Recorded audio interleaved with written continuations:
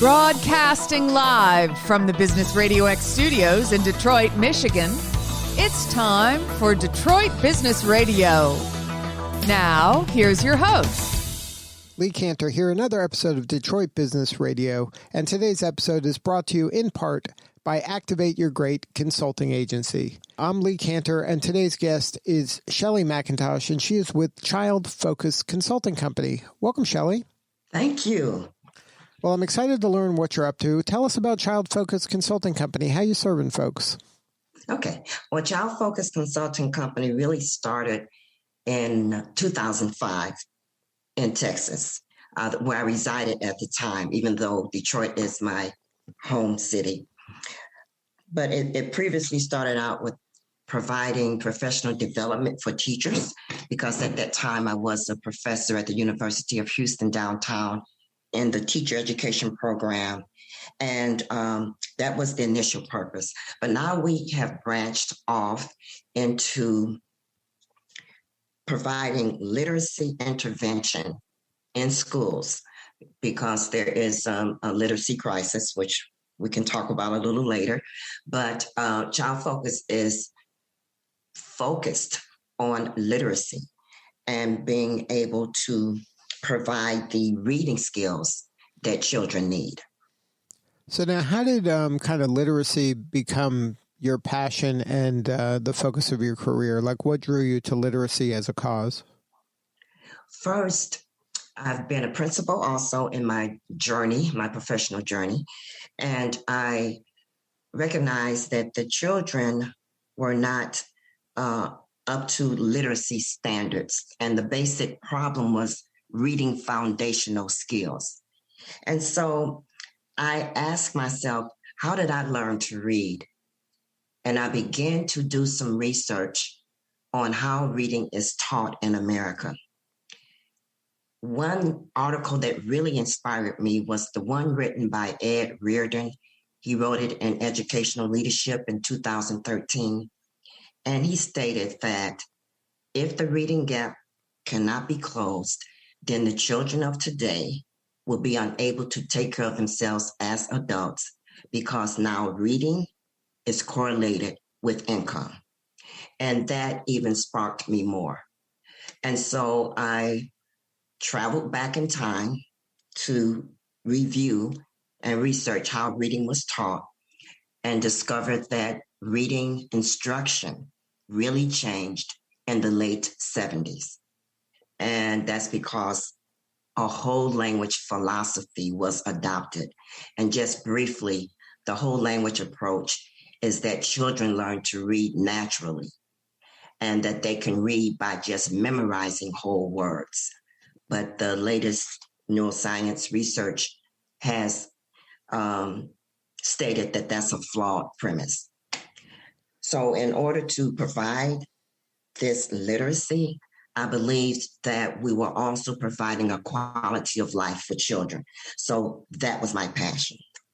Now, was this something that we were always struggling with as a country and a culture, that it was difficult to teach people to read, and then we had to fix it in the 70s and we tried this new approach? Or were we making progress, but it wasn't good enough, so we decided to change kind of the way we do it? Like, how were we doing before the 70s? Was literacy rates the same or worse? Like, I don't understand why we shifted gears in the 70s, and if it's not working, why do we continue doing it that way? Right. So in the late 70s, there was not so much of a reading gap between African-American children and Caucasian children. And the reading literacy rate was higher among all people. So there are two camps in the field of education. One is phonics and one is whole language. So it is basically a philosophical position.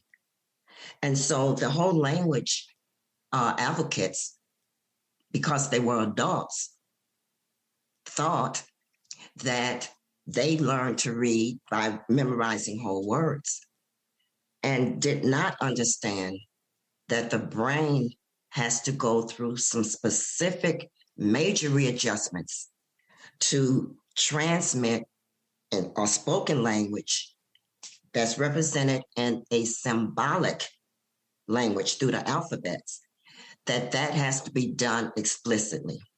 And so the camps, phonics and whole language, were at odds. In the late 70s, the state of California adopted whole language. As we know, there is, in every state, there is a Department of Education. But California is one of the largest purchasers of textbooks. Then Texas adopted the whole language approach, and they are the second largest purchaser of textbooks. So this flawed premise passed through teacher education programs. As I said before, I was a professor, and I saw how the whole language approach was implemented and integrated into the text and into teaching potential teachers how to teach reading. So it seems to be not only a flawed premise, but also a profit-making premise, because everything was changed in terms of textbooks for teachers, workbooks for children, reading materials for children. So many children fell through the cracks in these past 30 or 40 years. And that type of approach to reading, the whole language approach, was not effective. So now, in fact, it failed children. So now you're going into these same places and then kind of teaching them the more traditional phonics approach of reading and literacy? Yes. And even teaching that, it has to be done in a certain method or process. So I use the direct instruction model that was created by Dr. Siegfried Engelmann in the late 70s. Because again, there was this question, these children can't read. And he said, well, I can teach them to read. And so we used the direct instruction model, which addresses basic reading foundational skills. So to make it clear, we learn language naturally. We don't even have to have a class as infants. All we need is someone speaking the language. And hardwired within our little infant systems, we count the number of sounds that we hear in that language.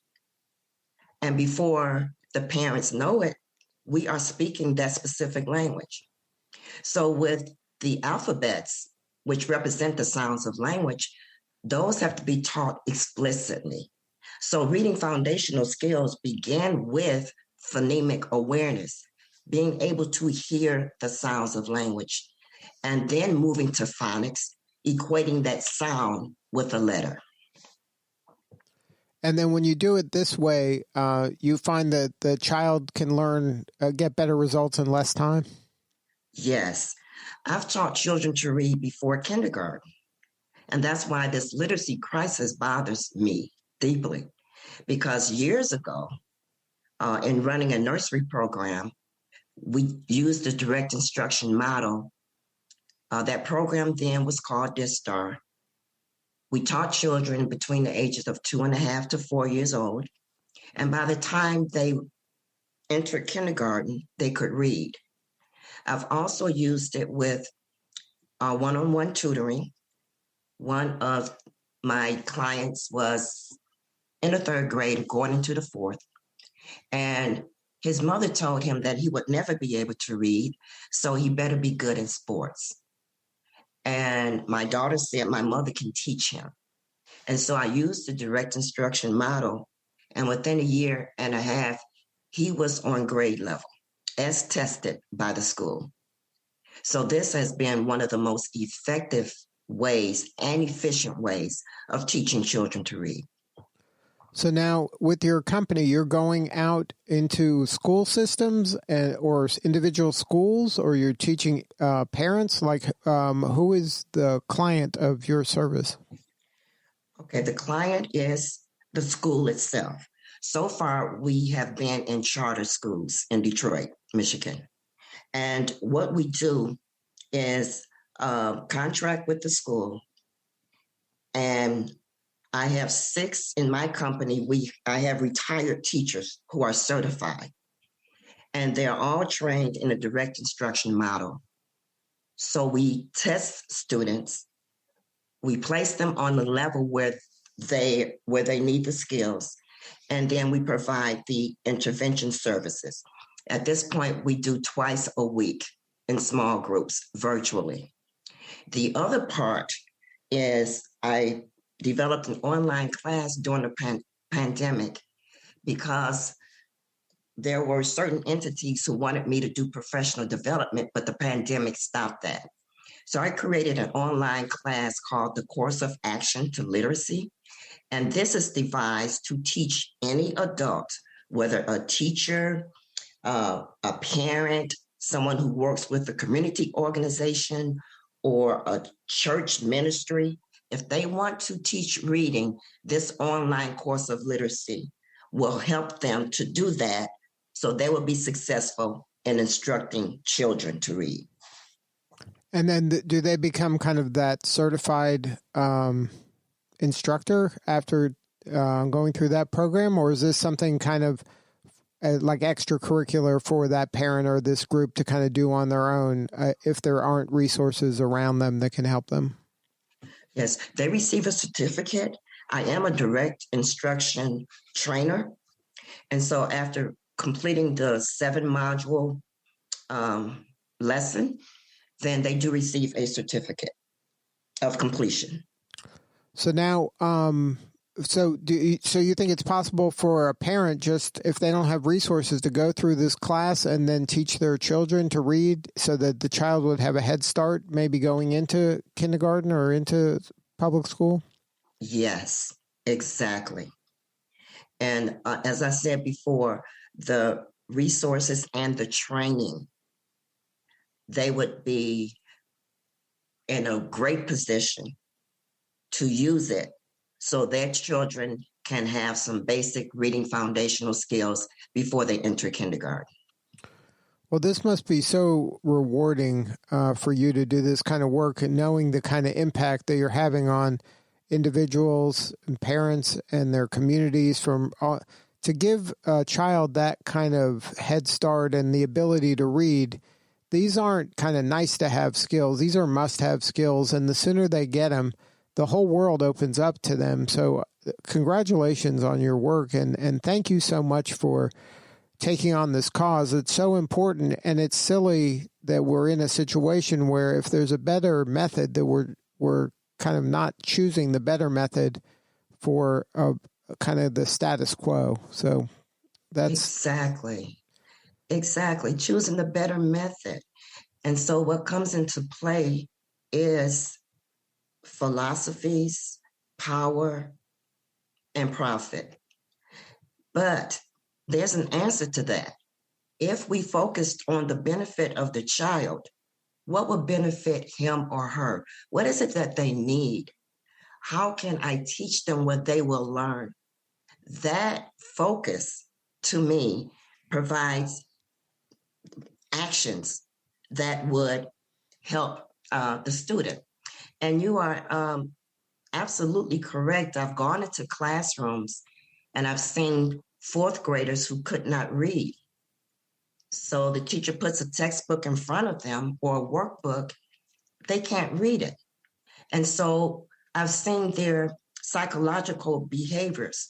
Some of them will withdraw and just become quiet and sad. Others will become defiant with the teacher. And others will just act out because they are in a place with materials in front of them, yet they cannot master that.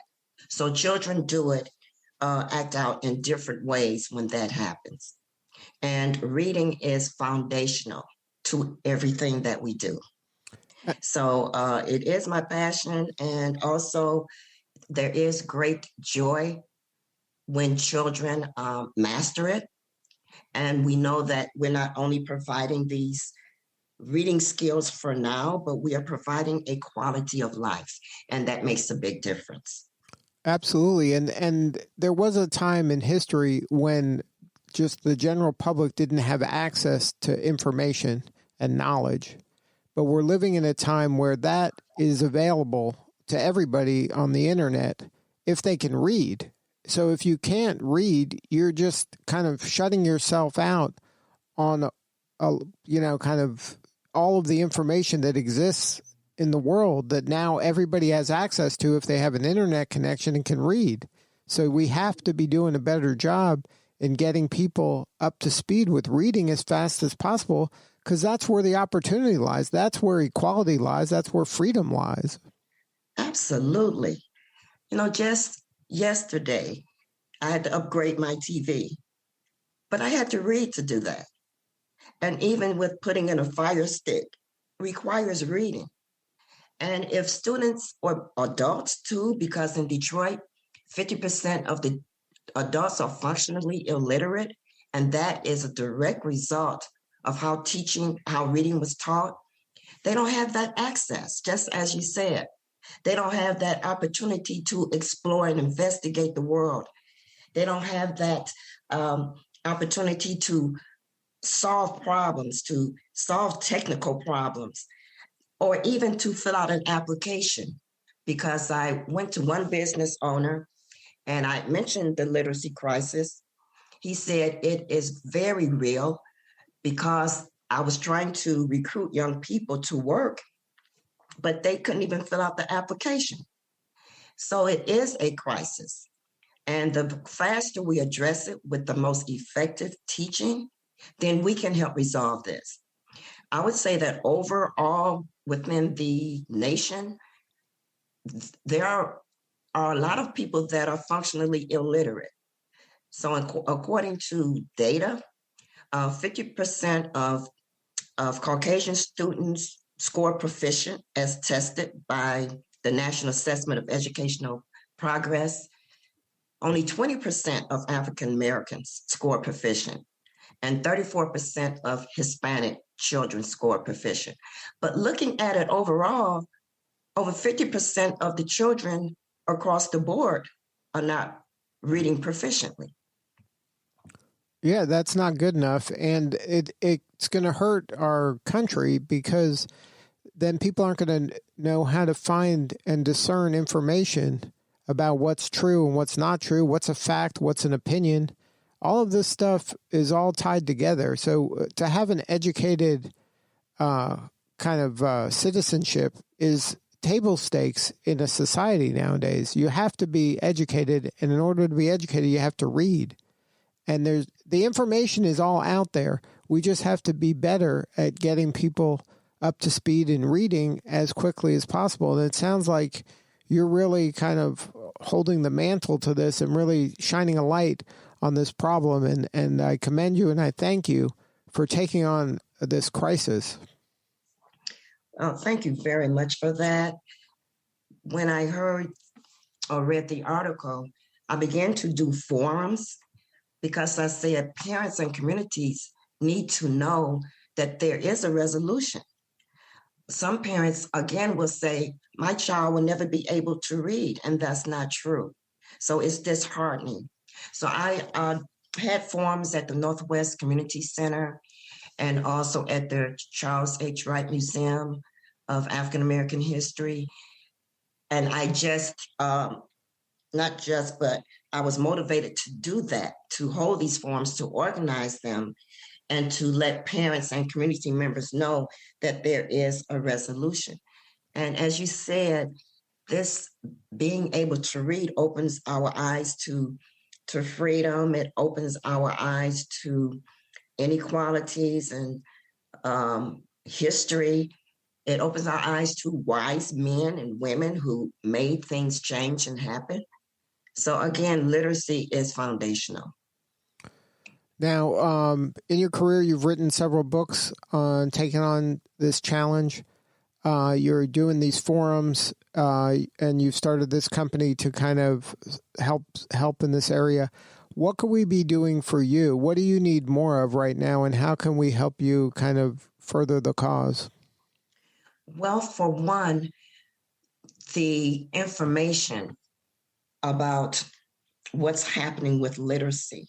That is one point or one focus, because people need to be educated as to the history of reading instruction, and that there are resolutions based on the latest neuroscience research. And also they can contact me via my website, ShelleyMcIntosh.com, where they can engage in reading my blogs, and also in investigating or reviewing the books that I have written, which for the most part focuses on leadership as a principle and literacy. I want to backtrack on that. The books that I've written, the latest two are called A Principal's Tale. The first edition is Life in 31 Days, and the second one, which was released on Valentine's Day of this year, is A Principal's Tale, A Self-Determined Leader. And both of those books go into detail of what it takes to be a principal. And in the latest one, it speaks about the literacy crisis and the literacy dilemma, what I did as a principal to try to curtail that. So in terms of helping, I would invite those to visit the website, to also purchase the books, A Principal's Tale, to get an idea of what principals can do and do differently in schools to help children. And at this point, I am in the process of enrolling those who are interested in a summer course for the Course of Action to Literacy, which starts in June. And all that can be visited on my website. And then they have access to that online course you were mentioning earlier as well on the website? Yes, with ShelleyMcIntosh.com/courses. They will be able to see a webinar, which is free, a video, which is free, on the literacy crisis. And on that same page, there is an opportunity to enroll in the Course of Action to Literacy. Well, Shelley, thank you so much for sharing your story today. Again, the website is ShelleyMcIntosh.com. That's ShelleyMcIntosh.com. Shelley, you're doing such important work, and we really appreciate you. Thank you again for sharing your story today. Thank you. And thank you for giving me this opportunity. I really appreciate it. Well, you're giving us the gift of your work, and you should be very proud of what you're doing. It's a hard job, and I appreciate you for taking this on. It's so important. It's like you said, it's foundational. We have to get kids reading sooner, faster, more efficiently. We pride ourselves on saying we follow the science, and there's science that says Shelley's right, and we should be supporting this effort. Absolutely. Thank you. And just for closing remarks, there was an article that came out, Detroit News, maybe a couple of years ago, and it was entitled, "Why Are We Still Teaching Reading the Wrong Way?" Yeah. And they about 100 educators were interviewed. They just didn't want to change their position. But who suffers are the children. That's who suffer. And when we can change our mindset, and again, focus on the benefit of the child, then that can also change our actions. All right. Well, thank you again, Shelley, for sharing your story. And for anybody out there that has a child that cares about children, go to ShelleyMcIntosh.com and learn what you can do to help children read faster and at a younger age. This is Lee Cantor. We'll see you all next time on Detroit Business Radio.